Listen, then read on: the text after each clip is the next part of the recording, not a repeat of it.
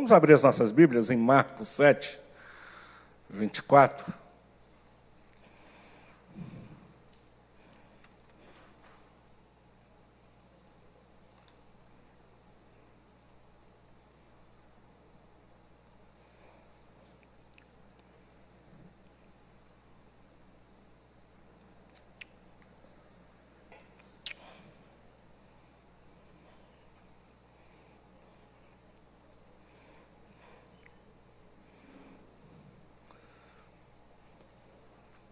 Levantando-se dali, partiu dali para as terras de Tiro e Sidom. Tendo entrado numa casa, queria que ninguém o soubesse. No entanto, não pôde ocultar-se, porque uma mulher cuja filhinha estava possessa de um espírito imundo, tendo ouvido a respeito dele, veio e prostrou-se-lhe aos pés. Esta mulher era grega, de origem ciro-fenícia, e rogava-lhe que expelisse de sua filha o demônio. Mas Jesus lhe disse: deixa primeiro que se fartem os filhos, porque não é bom tomar o pão dos filhos e lançá-lo aos cachorrinhos. Ela, porém, lhe respondeu: sim, Senhor, mas os cachorrinhos debaixo da mesa comem das migalhas das crianças. Então lhe disse: por causa desta palavra podes ir, demônio já saiu de tua filha. Voltando ela para casa, achou a menina sobre a cama, pois o demônio a deixara.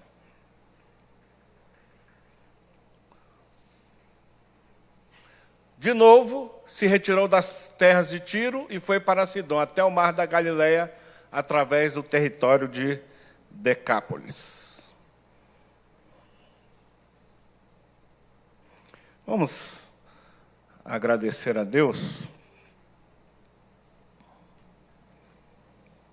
Obrigado, Senhor, porque nós podemos cultuar um Deus soberano, a Jesus Cristo, nosso Senhor.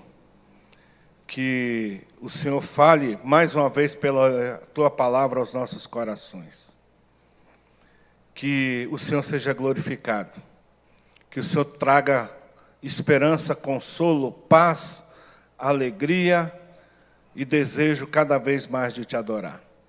Infunde o nosso coração o temor e o tremor do Senhor. Infunde o nosso coração o desejo de sede da Tua palavra e sede de justiça. Obrigado porque o Senhor tem ouvido também as nossas orações.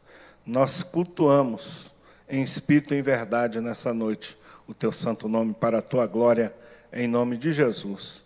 Amém.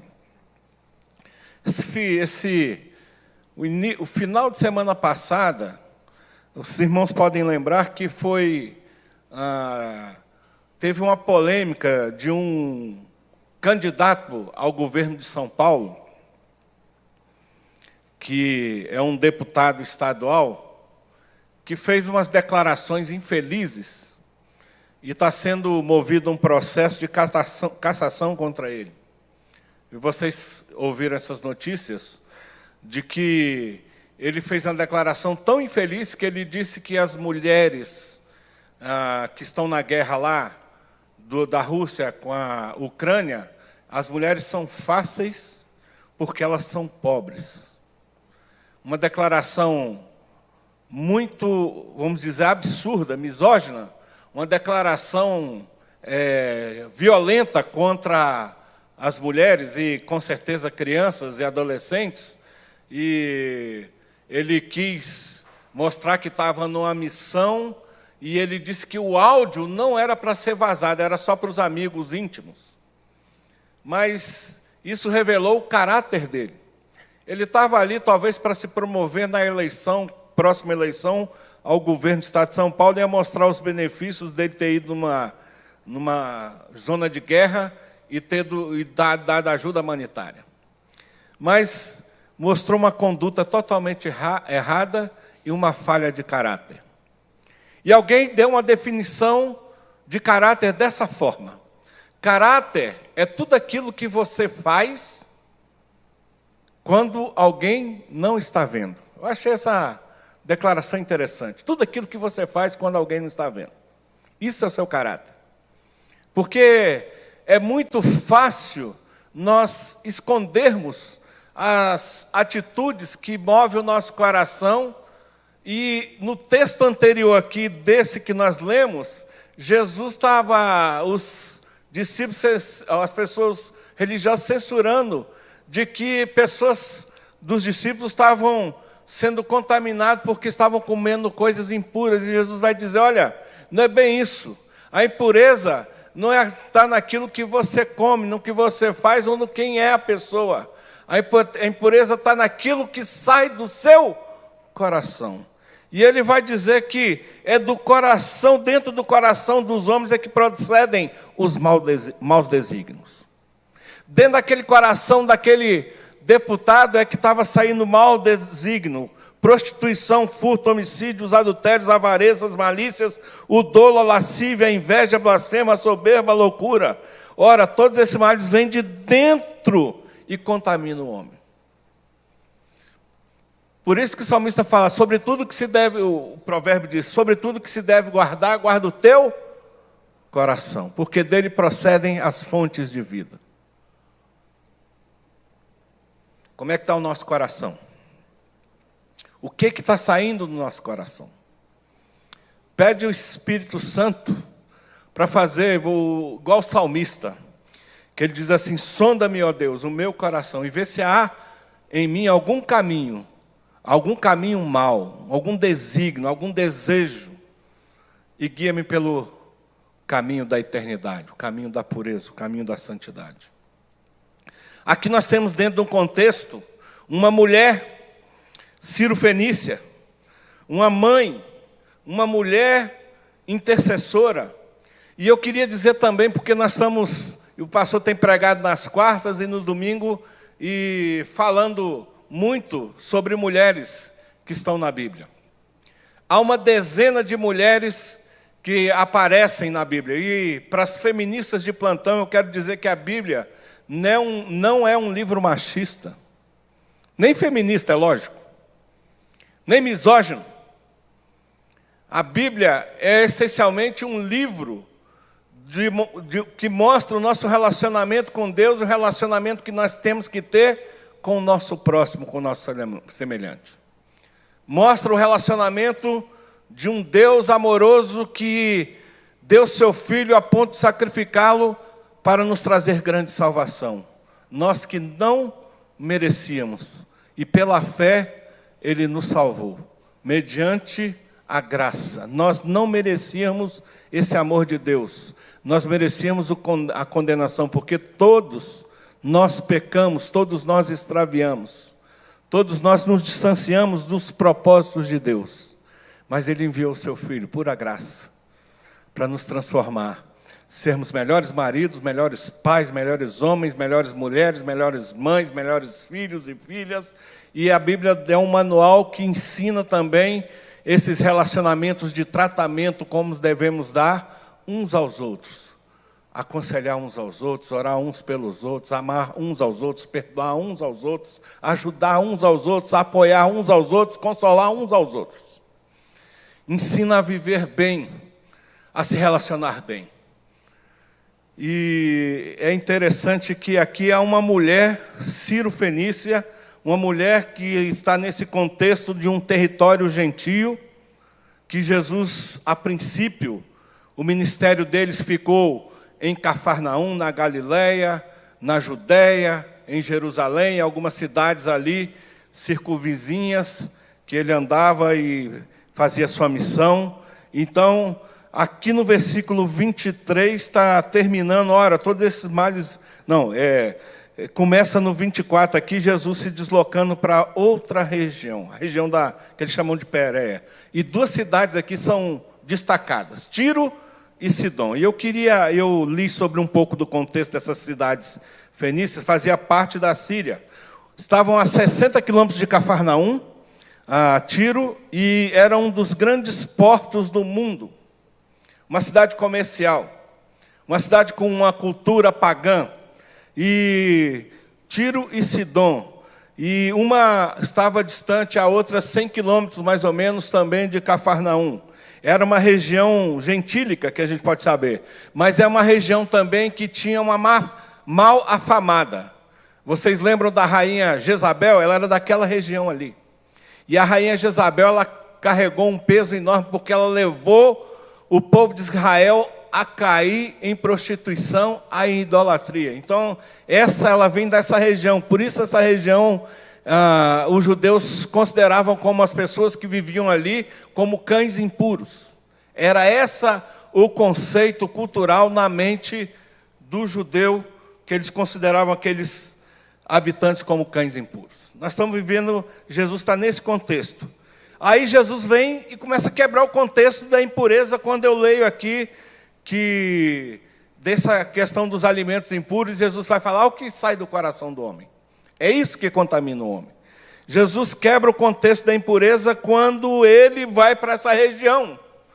Porque no conceito e na mente deles, na cultura deles, se você se aproximasse de uma pessoa impura e se tivesse contato, você se tornava impuro também. Mas Jesus é o puro que não se contamina com a impureza. Lembra de 10 leprosos? Que ele vai e toca e faz a cura e ele não fica contaminado por aqueles 10 leprosos. 9 eram do povo de Deus e um que voltou era gentil. Era samaritano. Quem lembra dessa passagem? E Jesus fala, olha, hoje houve da salvação na tua vida, nesse contato. De 10 que receberam um milagre, um voltou para agradecer a Jesus. E hoje, nós somos impactados na mídia, pela televisão, por cultos que dão ênfase no milagre. Dão ênfase na prosperidade. Dão ênfase na cura. E eu queria dizer de que eu creio nessas todas essas coisas. Mas não é a cura que salva a pessoa. Não é o milagre que você recebe a salvação. É Jesus que salva. E todo milagre, ele não tem que apontar para o homem em si, o pastor, o líder daquela comunidade. Ele tem que apontar para Jesus, para que o nome de Jesus seja engrandecido, para que o nome de Jesus seja glorificado, para que o nome de Jesus seja exaltado. Então nós estamos vivendo um evangelho antropocêntrico, onde o homem determina o que Deus tem que fazer em favor dele. Deus é um mero garçom a serviço dos caprichos e da vontade e dos desejos daquele cristão gospel. Estou botando entre aspas aqui. Então, não quer dizer que aonde está acontecendo aqueles sinais e maravilhas está tendo a aprovação de Jesus. Mestre, em teu nome nós nos curamos. Nós não falamos novas línguas, nós não profetizamos. Jesus, apartai-vos de mim, que eu nunca vos conheci. Então toma cuidado, irmãos, porque nós temos uma tendência muito carnal e de atribuir santidade aonde Deus não está atribuindo, ou poder aonde Deus não está aprovando. Então a gente está seduzindo nessas coisas do mundo. Eu queria só aqui ter uma percepção de quantas mulheres estão nesse editório aqui. Levanta as mãos, mulheres. Agora, mães. Ixi, é uma grande parte. Eu estou dizendo isso aqui porque aqui no contexto é uma mulher aflita. É uma mulher que se sentia oprimida. É uma mulher de dores. É uma mulher que sofria. Era uma mulher angustiada. É uma mulher que estava passando por uma aflição muito grande, porque a sua filha estava endemoniada. Eu creio que aquela mulher, ela deve ter procurado meios para libertação da sua filha. Naquela cultura, naquelas religiões pagãs, e não encontrou. Mas tinha aqui, eu estou dizendo que Jesus veio para os seus, porque em João vai dizer, veio para os seus, mas os seus não o receberam. Mas a todos quanto o receberam, deles o poder de serem feitos filhos de Deus, a saber, os que creem em seu nome. Então toma essa mulher aqui nesse contexto, nessa cidade, e onde Jesus quebra esse conceito de impureza, que tem aqui no contexto anterior, do 7, 1 a 23, e Jesus vai para essa terra dos gentios, e ele não se contamina, e ele mostra aqui que o Evangelho é para todos. O Evangelho é para todos. A base de ser aceito por Deus, irmãos, não é uma questão de antecedentes ou de questão étnica, cultural. A base de ser aceito por Deus é um relacionamento com Jesus. Um relacionamento com Jesus. Por isso que eu gosto de dizer que cristianismo não é religião. Cristianismo é relacionamento. Deus, quando se concebe em relacionamento. É o Deus Pai, o Deus Filho e Deus Espírito Santo. Nós temos aí essa questão que algumas pessoas se arvoram, vamos dizer, mais de Deus ou mais filhos de Deus, porque se acham mais santos que os outros.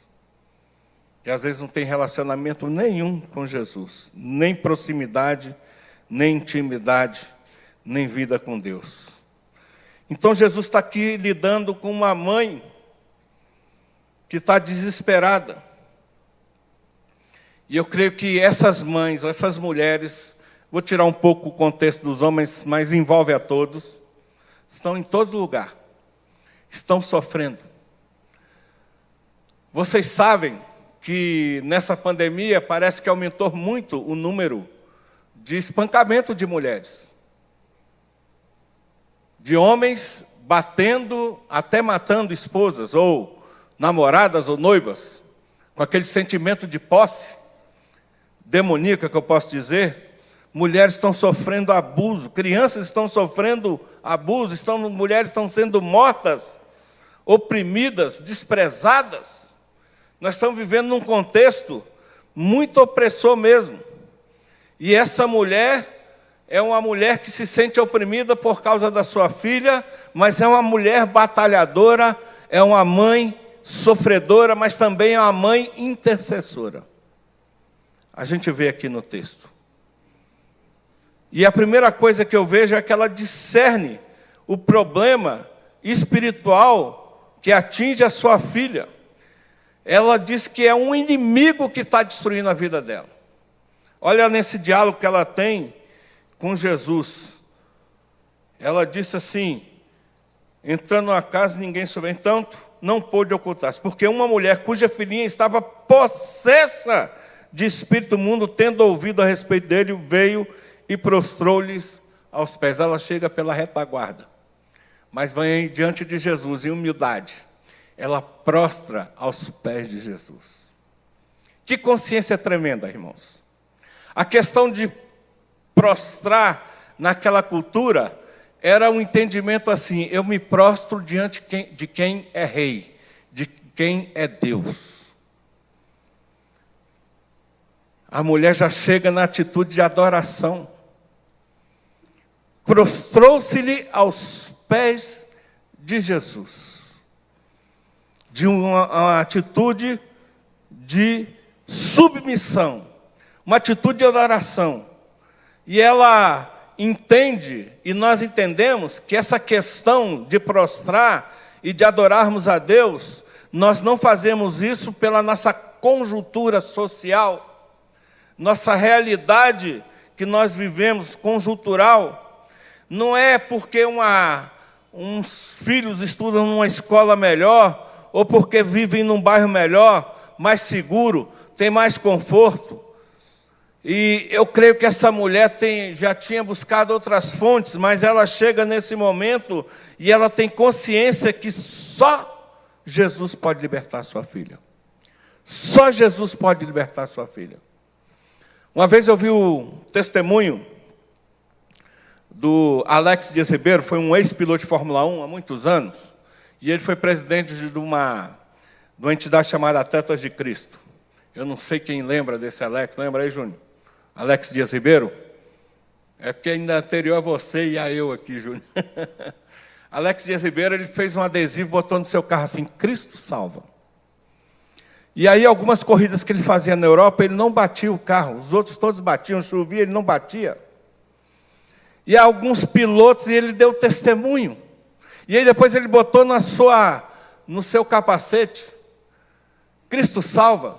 E aí os patrocinadores e a equipe e outros corredores ficaram assim meio, em termos de perseguição, assim um pouco religiosa. Mas alguns dos pilotos começaram a botar os adesivos do Alex no chassi do carro para não bater. Interessante é porque eles não tinham e nem compromisso com Deus, nem conheciam a Jesus. Mas por causa do testemunho do Alex, eles achavam que aquilo era uma simpatia para livrar de acidentes. Eu vejo que tem muita gente que anda com uns patuazinhos dentro do carro e no vidrinho lá, achando que aquilo vai dar proteção. É Jesus que está no controle, irmãos. É o nosso Deus que é Deus soberano, que conhece todas as coisas. E essa mulher, ela discerne o que está acontecendo com a sua filha, a necessidade de orar e a necessidade de buscar a fonte correta. Alguém já disse assim, irmãos, a necessidade nos faz orar por nós mesmos, mas o amor nos faz orar pelos outros.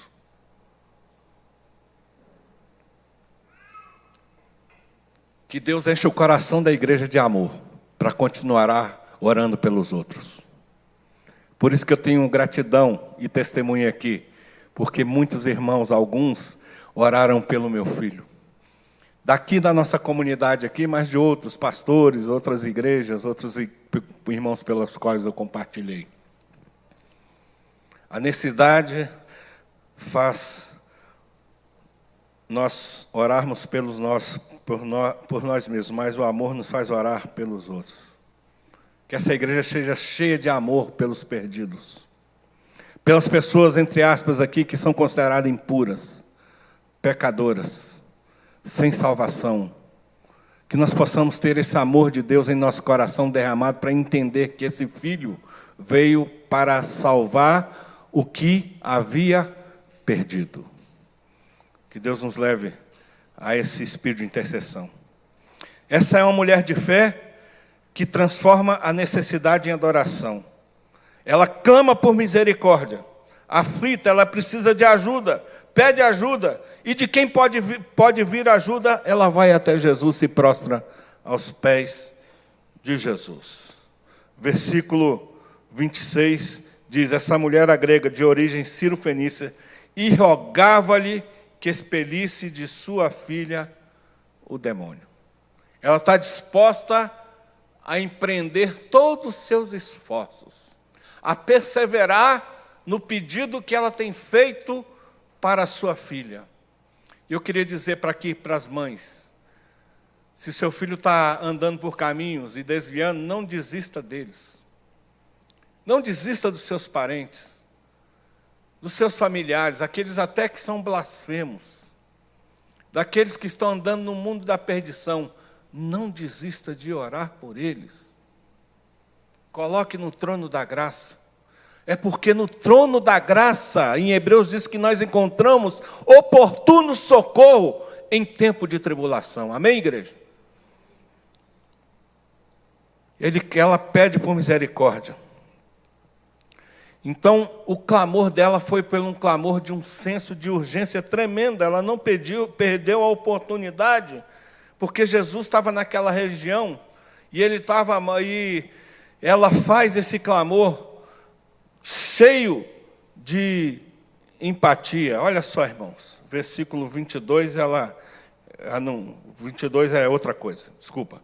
Ela rogava-lhe que expelisse o seu filho demônio, mas Jesus lhe disse, primeiro, que se fartem os filhos, porque não é bom tomar o pão dos filhos e lançá-lo aos cachorrinhos, né? Que metáfora assim meio estranha, esquisita, se a gente não entender o contexto. E eu já disse um pouco de que aqueles povos ali eram considerados como cães impuros. E mais, Jesus vai falar com aquela mulher e ela rogando, e Jesus fala e dá uma resposta aos pães e lançá-los aos cachorrinhos. Ela, porém, lhe respondeu: sim, Senhor, mas os cachorrinhos debaixo da mesa comem as migalhas das crianças. É interessante que essa mulher, ela luta para conquistar a bênção que ela está querendo. Ela não está rogando por ela está rogando pela sua filha, por alguém que faz parte da sua família. Ela é cheia de compaixão e ela pede alguém que pode socorrê-la, socorrer da sua dor, a sua filha que está possessa. Essa mulher é uma mulher batalhadora, essa mãe estava disposta a enfrentar qualquer obstáculo para ver a sua filha liberta. Tem gente que tem só fé quando as coisas parecem que estão indo bem. Mas no momento da dificuldade, da dor, da aflição, se desesperam e perdem a fé. Vou dizer, perder a fé é uma coisa que a gente não perde, mas se abala demais.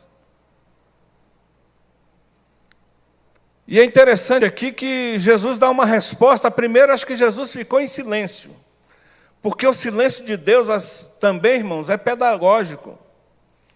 Você lembra quando Jó começa a questionar a Deus e faz uma série de perguntas a Deus, e Deus responde com silêncio.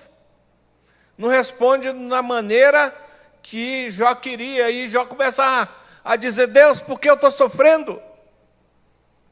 Porque eu perdi meus bens, porque eu perdi minha família, 10 filhos num dia só, que luto grande, por que tanta dor? Por que eu nasci e não morri? E Deus não responde a Jó. Às vezes Deus não vai responder da maneira que nós queremos ou preferimos ouvir, irmãos. Ele vai manter o silêncio e vai responder de uma forma que a gente parece que é indelicada, mas Deus está trabalhando com um propósito na sua vida e na minha, para nós dependermos totalmente dEle e confiarmos na sua promessa, do que Ele é poderoso para fazer muito mais do que pedimos ou pensamos. Amém? E o que acontece com essa mulher que batalha intencionalmente? Diz o texto aqui que Jesus fala que deixa que os filhos fartem, porque não é bom tomar o pão dos filhos e lançá-lo aos cachorrinhos. Eu creio que Jesus está mostrando para os discípulos que a graça e as migalhas da graça atingem todos aqueles que buscam a presença de Jesus, o reino de Deus.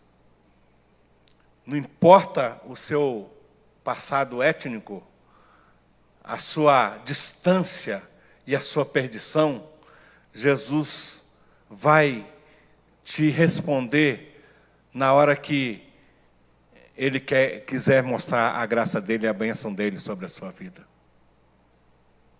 Não importa a circunstância pela qual você está passando. Se Deus silenciou, pode esperar e confiar. Espera pacientemente pelo Senhor, como o salmista diz. E Ele me ouviu, se inclinou para mim. Essa mulher dá uma lição de perseverança. Mesmo Jesus mostrando aos discípulos ali, que fala: olha, vocês consideram esses povos aí, essa mulher, como um cão impuro. Mas eu manifesto o meu amor, meu poder, a minha graça a quem Deus enviar. Porque aqueles que vêm a mim, de modo nenhum eu lançarei fora. São palavras de Jesus. Busque a presença de Deus. Busque nas situações adversas. Busque a graça dEle, a bondade dEle, em tempos principalmente difíceis. Ela, porém, respondeu: sim, Senhor, mas os cachorrinhos debaixo da mesa comem das migalhas das crianças. Então lhe disse, por causa desta palavra. Então ele fala para o discípulo, olha o que ela está dizendo aqui. Olha como ela está buscando a presença de Deus. Olha como ela busca de coração o meu poder, a minha presença na vida dela, da filha dela. Olha como ela crê na salvação, olha como ela crê na libertação. Olha como ela crê na ação consoladora, na ação vivificadora de Deus, no poder de Deus. Olha como ela crê, olha como ela acredita que por causa desta palavra, pode ir, o demônio já saiu da sua filha. E interessante é que ela vai voltar para casa e vai achar a menina liberta, né, sobre a cama, porque o demônio vai deixar. E é interessante que 2 milagres que Jesus fez à distância, porque a menina não estava presente. Vou botar aqui, foi de gente pagã, gente gentil. Primeiro dessa mulher, que Jesus elogia a fé dela. Depois foi daquele oficial romano, vocês lembram, né? Que a filha estava em casa. Pois ele vai. O soldado dele estava doente. Estou fazendo uma confusão de texto aqui. Que Jesus fala, olha, já está curada a pessoa pela qual você está intercedendo. Então, querido, questão de fé não é porque você vem à igreja. É muito bom vir e é muito bom ouvir a palavra de Deus, porque a fé vem pelo ouvir e ouvir a palavra de Deus. A questão é quando você se rende na presença de Jesus e confia somente nele, no que ele pode fazer, muito mais do que você está pedindo ou pensando. Essa mulher é uma mulher que é elogiada pela sua fé, porque ela não desistiu de crer. Então, queridos, mulheres internacionais que estão nesse auditório aqui, não desista da fé. Não desista de crer em Jesus.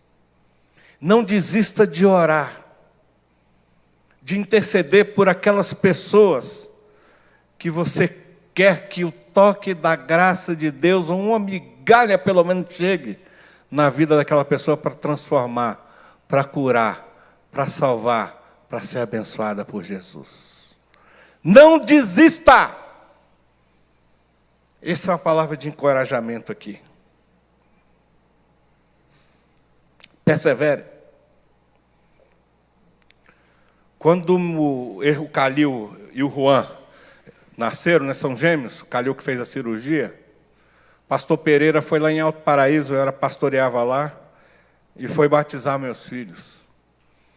E ele disse uma coisa que ficou no meu coração assim, que nós não criamos e geramos filhos para o cativeiro, para a calamidade. E ele disse, todos os teus filhos serão ensinados pelo Senhor, e será a paz da tua casa. Eu sempre me recordo disso e lembro, se meu filho está um pouco frio, um pouco longe de Deus, e eu falei, Senhor, eu não criei filho para a calamidade, nem para o cativeiro, é minha família. Nossos filhos são benditos do Senhor. Nossa família faz parte da promessa do Deus. Se tem um parente seu desviado ou parente seu aprontando por aqui, crê no Senhor Jesus, será salvo tu e a tua casa. É uma promessa. Será salvo tu e a tua casa. Que bênção crer nessas promessas na palavra de Deus. E aí eu anotei aqui, do comentário que eu estava estudando, a fé é morta para a dúvida. A fé é morta para a dúvida, muda para o desencorajamento, cega para as impossibilidades, não vê nada e não vê seu sucesso em Deus. A fé é morta para a dúvida, muda para o desencorajamento, cega para as impossibilidades e não vê nada, não vê o seu sucesso em Deus. Então tenha fé. Fala, Senhor, os discípulos algumas vezes falam assim, minha fé é pouca, aumenta a minha fé. Aumenta-nos a fé. E Deus vai aumentar a nossa fé, irmãos, à medida que nós vamos meditando nessa palavra dele. Que nós cremos no agir e no poder de Deus, e que nós ouvimos a sua voz por meio da sua palavra. Ele vai acrescentando fé ao nosso coração, e essa fé vai ser inabalável, essa fé vai ser irresistível, essa fé vai ser duradoura, essa fé vai operar milagres. A fé honra a Deus, e Deus vai honrar a sua fé. Amém? Que Deus abençoe.